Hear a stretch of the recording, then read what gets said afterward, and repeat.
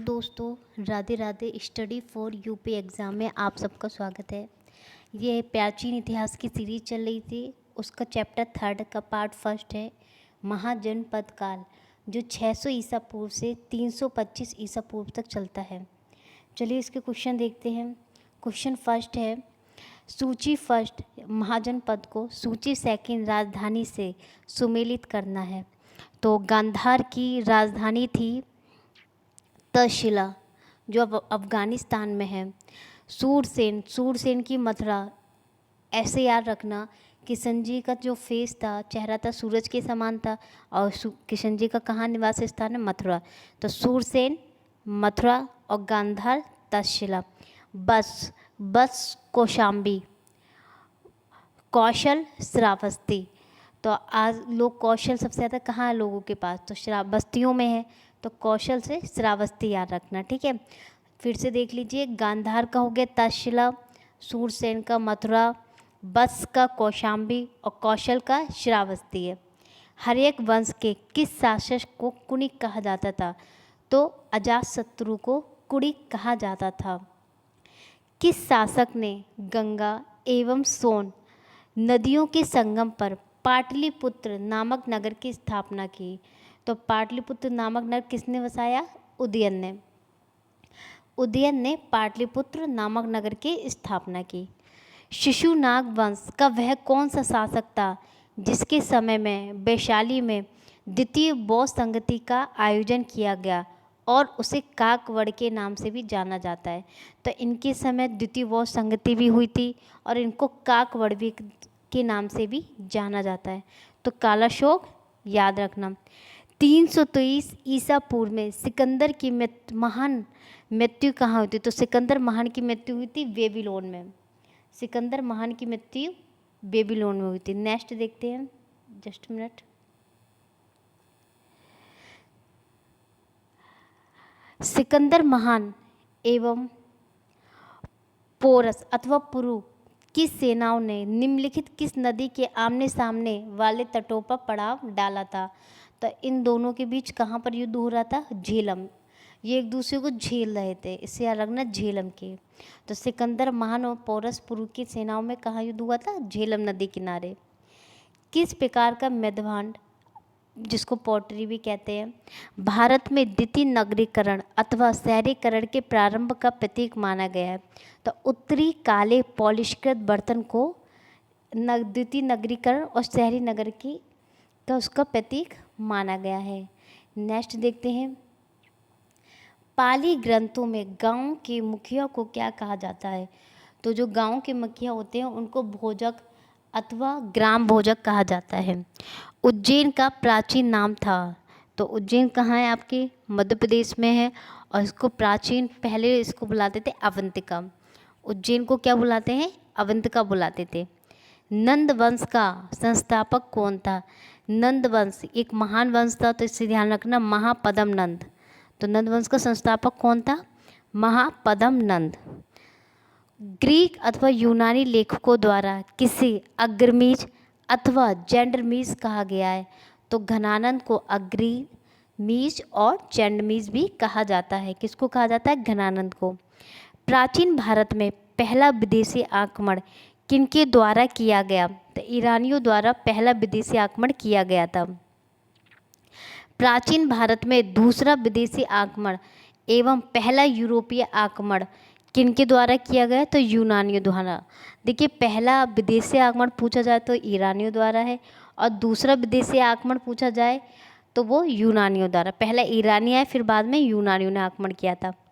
Iran के हकमनी वंश के किस शासक ने भारतीय भूभाग को जीतने के बाद उसे फारस साम्राज्य का 20वां प्रांत बनाया?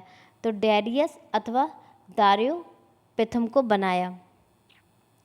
हाइडेस्पिस या बितिस्ता, जिसको झेलम भी कहा जाता है, 326 BC किन किन शासकों के बीच हुआ? तो अभी हमने बताया था झेलम नदी किनारे कौन लड़ रहे थे?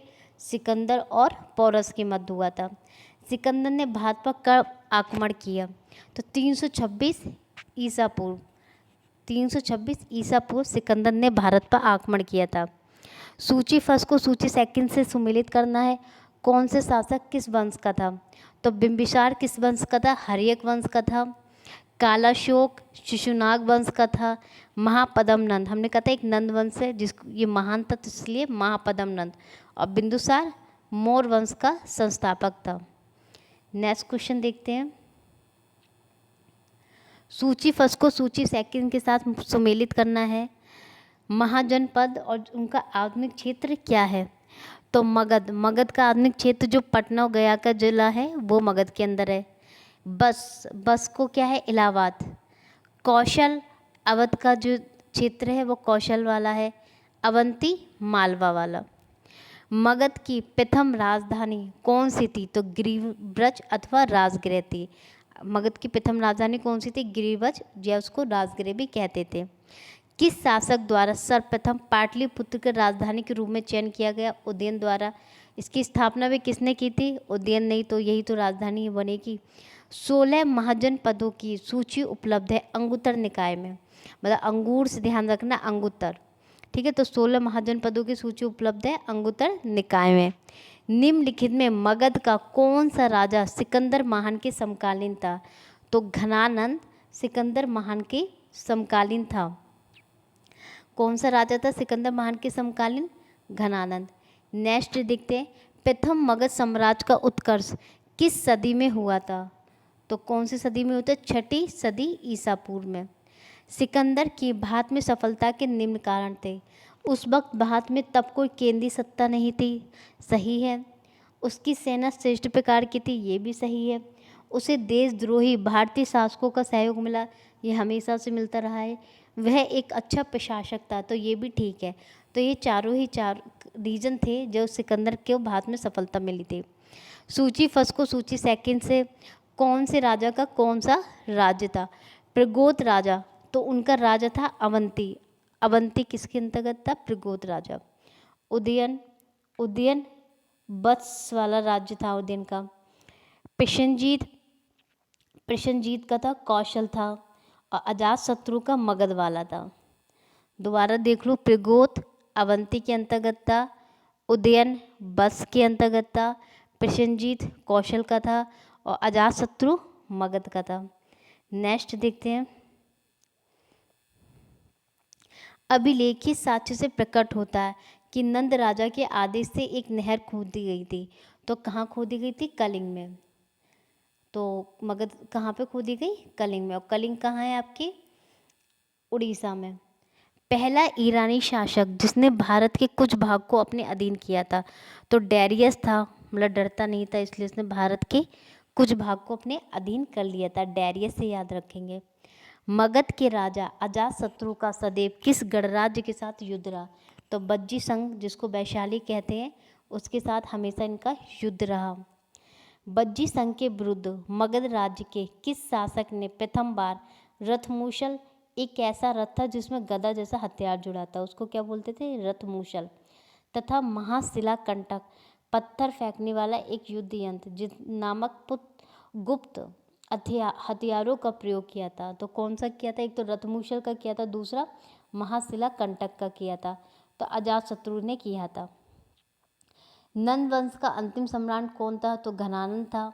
और ये किसके समकालीन था? सिकंदर महान के। भारत में सिक्कों अथवा मुद्रा का प्रचलन कब हुआ? तो 600 ईसा पूर्व मुद्रा का प्रचलन हुआ था। निम्न राजाओं पर विचार कीजिए। तो इनमें से बुद्ध के समकालीन कौन थे? तो अजातशत्रु थे और प्रसेनजीत थे। तो ये बुद्ध के समकालीन थे। 6ठी सदी ईसा पूर्व के दौरान बड़े राज्यों के उदय का मुख्य कारण क्या था? तो उनके उदय का मुख्य कारण था उत्तर प्रदेश और बिहार में लोहे की खोज हुई थी। नेक्स्ट क्वेश्चन, मगध सम्राट बिंबिसार ने अपनी राजवेद जीवक को किस राज्य के राजा की चिकित्सा के लिए भेजा था? तो अवंती राजा की सेवा के लिए भेजा था। किस शासक ने अवंती को जीतकर मगध का हिस्सा बना दिया? शिशुनाग ने जीतकर मगध का हिस्सा बना दिया। किस मगध सम्राट ने अंग का विलय अपने राज्य में कर लिया? इन्होंने अंग का विलय अपने राज्य में किया था, तो बिंबिसार ने किया था, जो हर्यक वंश के संस्थापक थे। शिशुनाग ने किस राज्य का विलय मगध साम्राज्य में कभी नहीं किया था? तो अवंती का किया था, वश का किया था, लेकिन इन्होंने काशी को अपने साम्राज्य में नहीं किया था। काशी और लिच्छवी का विलय मगध साम्राज्य में किसने किया था? तो देखो, काशी का शिशुनाग ने नहीं किया था, लेकिन किसने किया था? अजात शत्रु ने किया था। नेक्स्ट क्वेश्चन देखते हैं, मगध साम्राज्य के बारे में कौन सही नहीं है? पुराणों एवं महाकाव्यों के अनुसार इसकी स्थापना ब्रह्मदत्त ने की थी, सही है। महापद्म नंद इसे सर्वाधिक विस्तार प्रदान किया तथा सर्वछंत्रातक अथवा एक राट की उपाधि धारण की थी, सही है। गिरिब्रज, राजगृह, पाटलिपुत्र एवं वैशाली इनकी 4 राजधानियां थीं, ये भी ठीक है। तो इनमें से कोई नहीं इसका हो जाएगा। सिकंदर के आक्रमण के समय उत्तर भारत में निम्नलिखित राजवंशों में किस एक का शासन था? तो नंदवंश का था। और कौन सा अंतिम शासन था? घनानंद, और जो सिकंदर के समकालीन था। निम्नलिखित में कौन सा एक ईसा पूर्व 6ठी सदी में प्रारंभ में भारत का सर्वाधिक शक्तिशाली नगर राज्य था? तो सबसे शक्तिशाली कौन सा था? मगध था, जो बहुत ज़्यादा शक्तिशाली था। निम्नलिखित में कौन कौन से भारत पर ईरानी आक्रमण के प्रभाव के रूप में माना जाता है? तो खरोष्ठी लिपि का प्रचार हुआ, अभिलेखीय उत्कीर्ण करने की कला का प्रचार हुआ था, ईरान की छत्तर प्रणाली का प्रचार हुआ, घंटा आकार के गुंबज की कला का प्रचार हुआ, स्त्री अंग रचकों की नियुक्ति भी हुई थी। तो ये 5 ही अपनी जगह ठीक है। निम्न में से कौन सा एक सिकंदर के आक्रमण का प्रभाव नहीं था? इस आक्रमण ने भारत और यूनान के बीच प्रत्यक्ष संपर्क स्थापित करवाया, सही है। इस आक्रमण ने पश्चिमोत्तर भारत में यूनानियों की स्थापना का मार्ग प्रशस्त किया, सही है। सिकंदर अनेक उपनिवेशों की स्थापना के लिए उत्तरदायी था, ये भी ठीक है। उसने भारत को यूनान की रियासत बनाए नहीं, ये गलत हो जाएगा। निम्नलिखित में किस राज्य में गणतंत्रात्मक शासन व्यवस्था नहीं थी? तो मगध में गणतंत्रात्मक शासन व्यवस्था नहीं थी। निम्नलिखित में किसे सेना नियमित और स्थायी सेना रखने वाला कहा जाता है? तो बिंबिसार की सेना कैसी थी? स्थायी थी, इसलिए इसको सेनिया कहा जाता था। नेक्स्ट देखते हैं, निम्नलिखित में किसे उग्रसेन अथवा भयानक सेना का स्वामी कहा जाता है? तो महापद्म नंद को क्या कहा जाता है? उग्रसेन, भयानक सेना का स्वामी कहा जाता है। डैरियस या दारुवाहो प्रथम ने 516 बीसी में सिंधु के तटवर्ती भूभाग को जीतकर उसे ईरान का 20वां क्षत्रपी प्रांत बनाया। उसे कितना राजस्व प्राप्त होता था? तो 360 टैलेंट प्राप्त होता था। निम्नलिखित में कौन सिकंदर के साथ भारत आने वाला इतिहासकार नहीं था? तो हेरोडोटस नहीं था। महाजनपद काल में सीढ़ियों के संचालक को कहा जाता था? तो श्रेष्ठिन कहा जाता था, श्रेष्ठिन। गृहपति का अर्थ था? तो गृहपति का मतलब होता था धनी किसान। तो गृहपति का मतलब क्या है? धनी किसान। सूची फस को सूची सेकंड से सुमेलित करना है। अष्टकुलक ये क्या करते थे? परामर्शदायी संस्था होती थी। महामात्र उच्च कोटि के अधिकारी होते थे। बलि साधक किसानों से कर वसूलने वाला अधिकारी होता था। शौल्लिक या शुल्काध्यक्ष ये शिल्पियों व व्यापारियों से शुल्क व चुंगी वसूलने वाला अधिकारी होता था। मगध के किस प्रारंभिक शासक ने राज्यारोहण के लिए अपने पिता की हत्या की एवं इसी कारणवश अपने पुत्र द्वारा मारा गया? तो अजातशत्रु। विश्व का पहला गणतंत्र वैशाली में किसके द्वारा स्थापित किया गया? तो लिच्छवी द्वारा स्थापित किया गया था। सूची फर्स्ट को सूची सेकंड से सुमेलित करना है। महाजनपद और उसकी राजधानी। कुरु की राजधानी क्या है? इंद्रप्रस्थ है, जो दिल्ली वाले क्षेत्र है। पांचाल की राजधानी थी अहिछत्र। कौशल की राजधानी थी साकेत और बस की कौशाम्बी थी।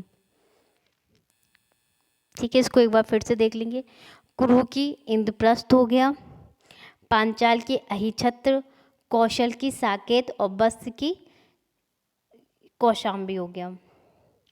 नेक्स्ट, निम्न में से कौन बौद्ध ग्रंथ 16 महाजनपदों का उल्लेख मिलता है? अंगुत्तर निकाय।